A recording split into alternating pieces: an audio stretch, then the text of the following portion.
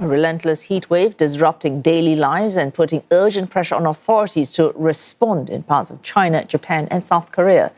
In China, efforts to stabilize power supplies amid soaring demand for electricity. Extreme heat driving up dependence on air conditioning units. CNA's Si Hui with this report. We're expecting high temperatures over the next 10 days, especially in northwest China like Xinjiang.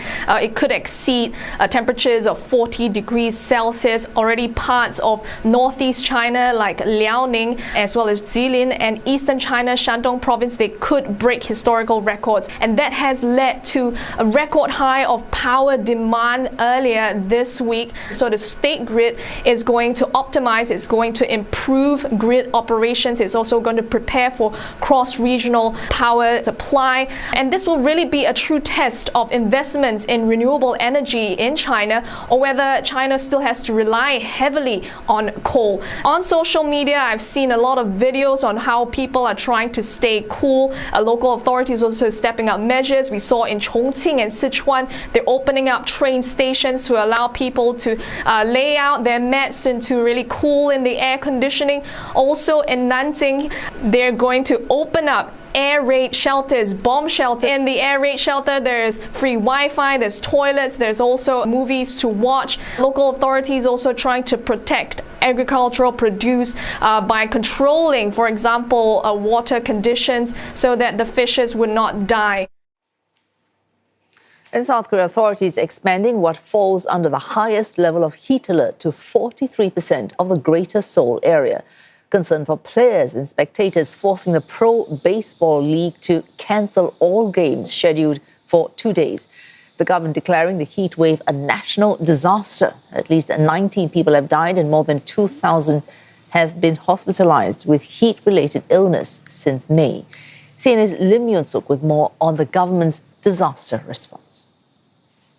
This is one of the worst heat wave on record, and the South Korean government has now declared this an emergency. 3 days ago, that the South Korean government activated its second highest disaster response level, and something that's only happened one other time since heat waves were officially classified as a natural disaster here back in 2018. That emergency status means that the South Korean government is now pouring in money and people. There are senior officials who have been sent to personally oversee the response in Seoul and also the hardest hit southern regions. The heat is affecting everyday life here, and people are doing all they can to stay cool, and that means trying to find areas and places that are the coolest right now across South Korea. And one of them is this place called Gwangmyeong Cave just outside of Seoul. It's an old mine that was built in 1912, and it was turned into a tourist attraction. While temperatures are hovering around the high 30s in most parts of the country, this underground cave stays steady at around 12 degrees Celsius, no matter how hot it gets outside. And so thousands of people a day have been going there, and also other similar places too, as South Koreans are just really trying to find different ways to escape this heat. Meanwhile, Japanese authorities say more than 9,000 people have been treated for heat stroke. More than 300 of them were in quake-hit Kumamoto Prefecture, where many are still living in evacuation centers. Authorities urging residents to brace for heat in excess of 40 degrees Celsius, while warning of more tremors. CNA's Ishida with more on the challenges faced by communities still recovering from last week's powerful earthquake. From this April, Japan Meteorological Agency introduced the term kokushobi, meaning a cruelly hot day for over 40 degrees. Japan experienced 5 consecutive days of kokushobi in July. And in Kumamoto, hit by the magnitude 7.1 earthquake a week ago, experienced kokushobi for the first time on Monday.